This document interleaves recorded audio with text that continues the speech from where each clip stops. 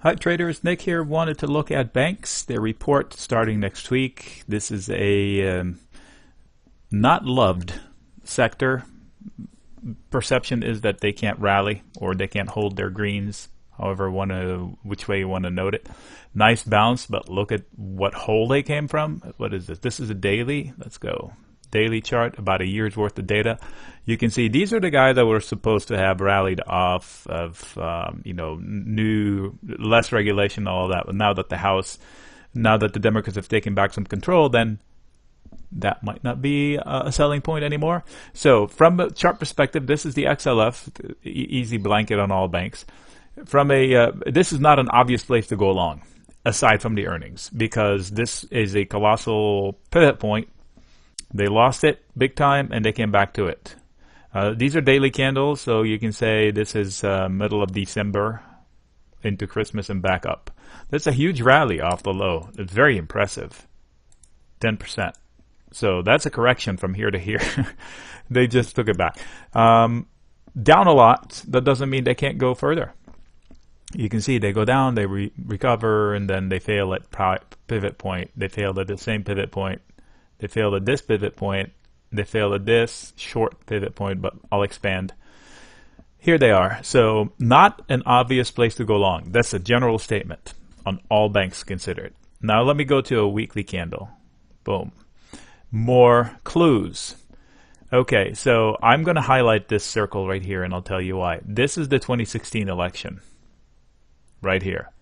Trump in the House. He promised less regulation. The banks took off. So almost came back into play. They stopped just above that. These are weekly candles, about 5 years worth of data. So this is 1 week, 1 week, 1 week, 1 week, 1 week. So you can see 2 weeks ago, they almost came into that circle. Now there's earnings. The good thing is that this stood in the way. So I will expand that one to, what is that? 200, will that do it? Nope, 300. There we go. That's good enough. So I expand this because this is a pivot zone. It served as a resting place for a huge leg higher. They came back to it.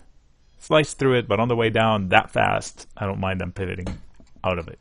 Let me zoom in a little bit more to look at volume. Okay, so from a volume perspective, from here on up, this should be support. So the bounce is warranted. Okay, but I'm sure I could have said the same thing here.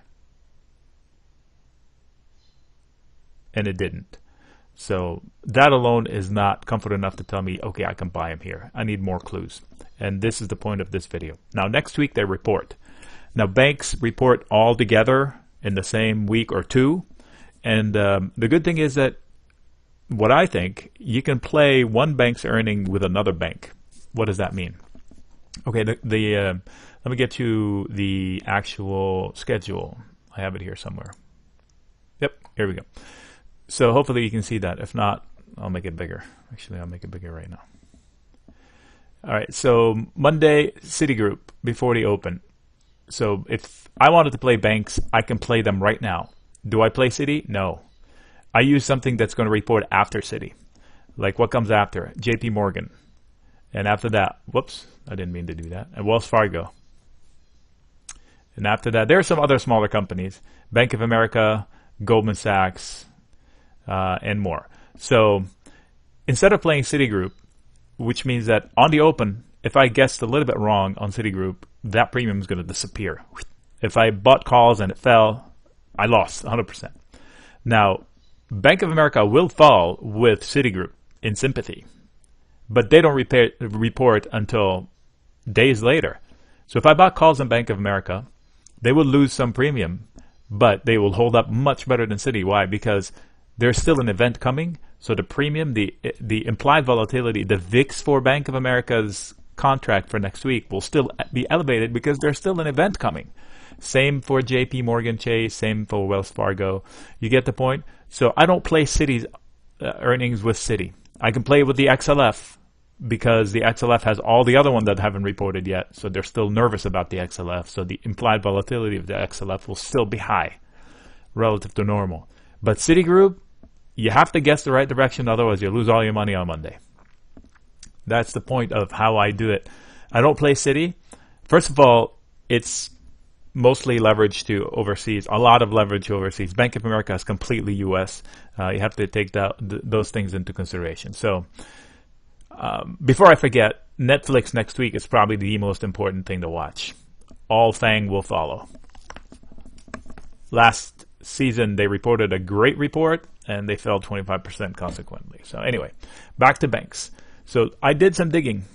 What are the markets expecting from the banks? Okay, and then we'll look at the charts. Now I'm going to try to bring in a whole bunch of words. I will put that, but I'll speak to it with the charts. So this basically is going to show the ticker, the implied move, what the markets are pricing in, plus or minus 60 cents in either direction, obviously, plus or minus almost $3, plus or minus almost $4, plus or minus $2. And I put the ones that kind of seem interesting, like JP Morgan, Wells Fargo. And I say what the OI is open interest, where the money is right now in the options. Kind of tells me where people are putting their bets. And I interpret the OI in a way. And somewhat bullish on Citigroup, somewhat bullish on JP, somewhat bullish on Wells Fargo. I don't have any clues on Bank of America that could take it either way. Very tight on Goldman Sachs, so I do have some clues, but it's going to take a lot of slog to go which way or another. And Goldman Sachs has issues with that MDB, whatever debacle they have with overseas. Morgan Stanley bullish. American Express. Okay, side note. American Express, Visa, and MasterCard. They're honorary banks. Obviously, they don't lend. Some of them lend, actually, but they're transactors. They move with financial tech. They're the best of both worlds. Because they're MOMOs, momentum stocks, because of financial tech like Square and PayPal, but they're also move with banks, so they have good fundamentals. So they might be a good way to play it. Not MasterCard. Somehow the way people are pricing in, it's somewhat bearish. Same with Visa for some reason. American Express is somewhat bullish, but they've been giving it a lot of credit lately. So maybe Square. I didn't bring in Square here, but maybe Square would be one way to play it. But it's a momentum stock. Okay, so back to the point. I'm going to speak to these, and I'll tell you, okay, I see support here. I see resistance there. And let me pull up the charts. So this might be a little lengthy video, maybe 10 minutes. Hopefully not. All right, we looked at the Bank of America. XLF. Citigroup. Okay, so this is a weekly. Let me see if I can start on a daily to do better. All right, almost identical to XLF. I'm not going to spend time.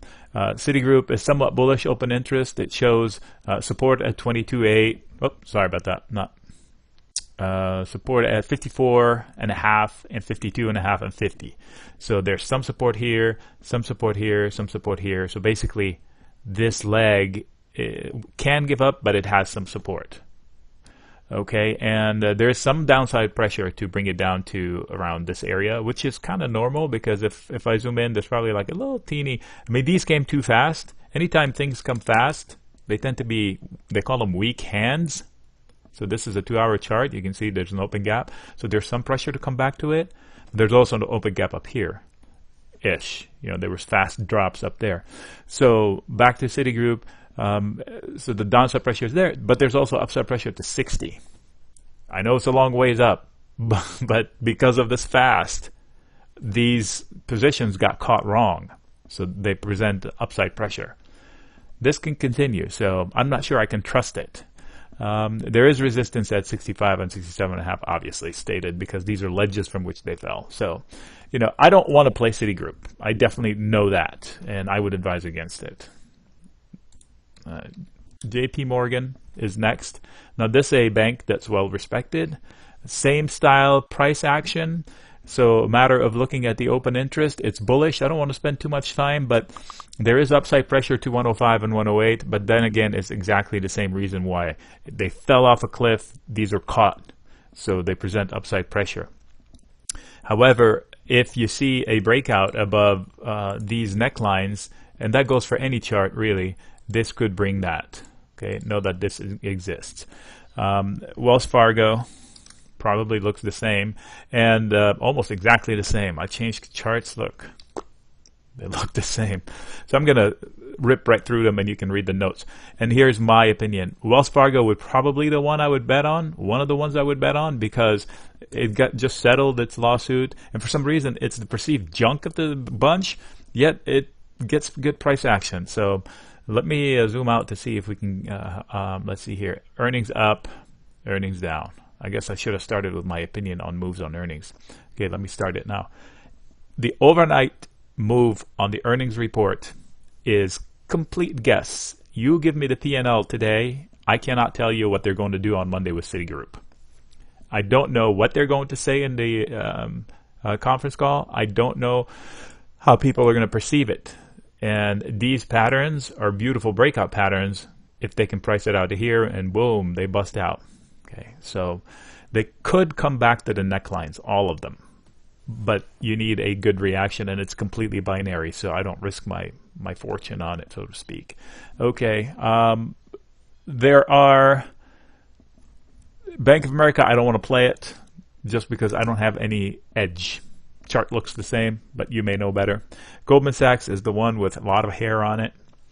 Goldman Sachs was in danger of completely collapsing, even more so than they were, because anyway, they've been hated. They might have liability because of what happened overseas. I can't remember, Malaysia, is it? Somebody did wrong inside the company, but it has a lot of upside potential, but that hasn't came to fruition. But look here. So look, okay, so this looks similar. Dip, some consolidation, and then a rip. Big dip, I don't know. You be the judge.